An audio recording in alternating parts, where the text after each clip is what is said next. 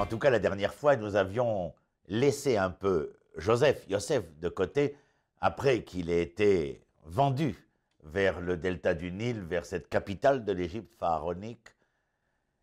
Et je vous avais dit que pendant que se déroulait l'événement de la rencontre entre les frères et Yosef, où celui-ci va être d'abord jeté dans le trou puis vendu, il se passait autre chose, c'est ce frère, cet autre frère, Yehuda, qui est marié, avait 3 enfants, le premier enfant marié lui aussi, mais n'ayant pas eu d'enfant et venant à décéder, eh bien c'est son frère qui devait accomplir ce commandement du Lévira, c'est-à-dire se marier avec sa belle-sœur afin qu'elle puisse donner naissance à, c'est-à-dire assurer la pérennité d'être et de devenir de la famille de Yehuda et au-delà bien sûr de la famille des Hébreux. Le deuxième enfant, Onan, ne voudra pas être celui par qui cette pérennité serait assurée. Et donc, il va tout faire pour ne pas faire en sorte que sa femme, sa nouvelle femme, tombe enceinte. Ce sera inacceptable et c'est comme si l'histoire venait éliminer, en quelque sorte, l'Éternel va retirer de son projet Onan. Et voilà que cette femme est sans enfant. Et Yehuda prend conscience que peut-être c'est le troisième qui doit maintenant épouser sa belle-sœur, mais le troisième est trop jeune. Et la bru, c'est-à-dire cette femme en question qui s'appelle Tamar, n'est pas prête à attendre. On se rappelle l'événement de ces humains.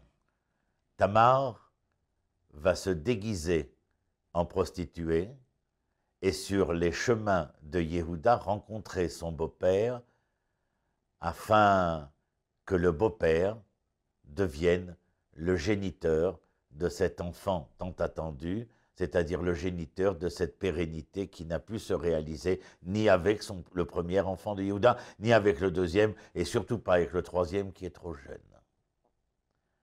Yehuda, en allant sur les chemins de son histoire, va justement rencontrer Tamar, et arriva ce qui devait arriver, Tamar tomba enceinte. Lorsque il fut annoncé à Yehuda que Tamar était enceinte, Yehuda ne put le supporter. Et avec un verbe totalement vindicatif, il décréta qu'elle devrait mourir pour prostitution.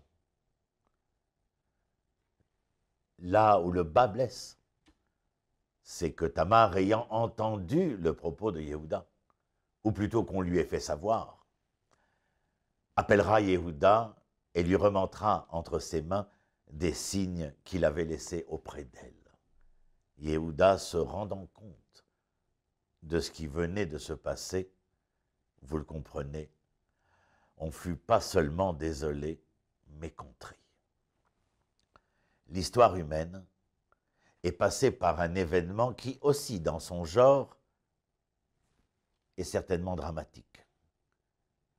Mais lorsque je viens raconter un tel événement, mais surtout les personnages dans cet événement, c'est-à-dire que lorsque Onan n'a pas voulu être le père de l'enfant qu'il aurait pu avoir avec sa belle-sœur, et que le troisième enfant est trop jeune et donc dans l'incapacité de pouvoir rencontrer Tamar, et que Tamar décide de se déguiser, c'est-à-dire non pas d'utiliser les traits du visage qui étaient le sien, mais en quelque sorte de maquiller, de se masquer, de se déguiser, pour faire valoir une autre personne à la rencontre de Yehuda, et faire valoir à Yehuda qu'à travers son erreur, eh bien voilà que Tamar était porteuse de la descendance de Yehuda, non pas à travers les fils, mais à travers le père.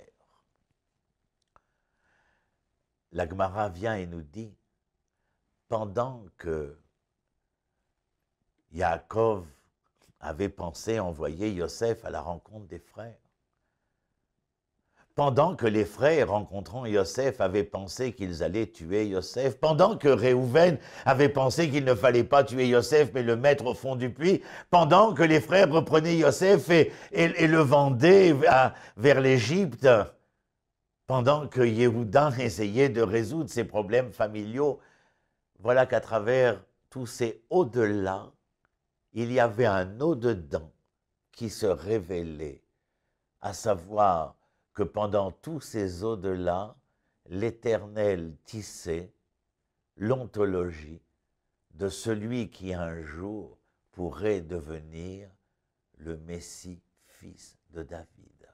Car l'enfant qui allait naître de Yehuda et de Tamar, l'un d'entre eux, parce que des jumeaux naissaient, Péretz, serait à l'origine de cette lignée davidienne. Quelle leçon dans le chemin parcouru par ces hommes.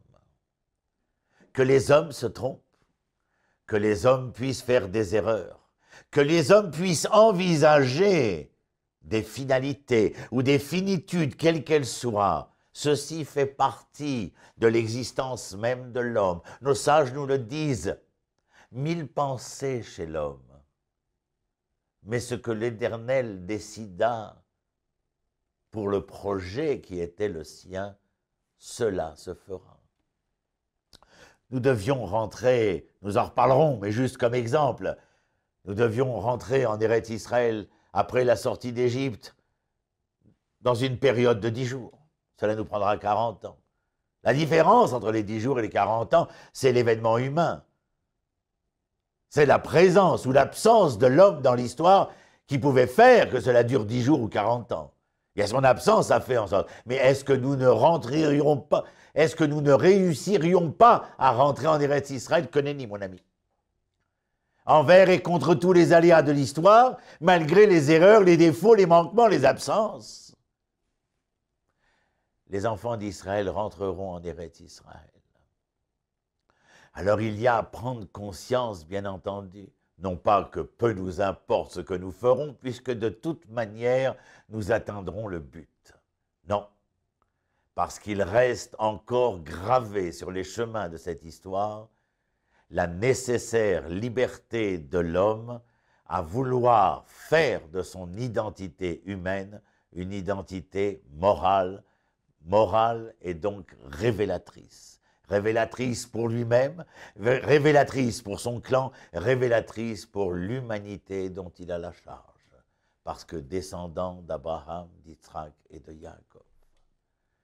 Alors l'histoire qui nous est racontée, nos sages nous disent dans le Talmud, comme je vous ai dit, pendant que vous faisiez ce qu'il vous semblait bon de faire, voici que l'Éternel, à travers ce que vous faisiez, eh bien, était en train de tisser les habits de celui qui devrait être le Rédempteur, non pas seulement d'Israël, le Rédempteur d'Israël et à travers Israël d'une humanité, car lorsque nous parlons que les épées deviendraient des socs de charrues ou que le loup et l'agneau pourraient paître ensemble, il ne s'agit pas simplement des charrues d'Israël ou des troupeaux d'Israël, mais des charrues et des troupeaux d'une humanité tout entière. C'est cela, l'identité morale, profonde, essentielle d'Israël.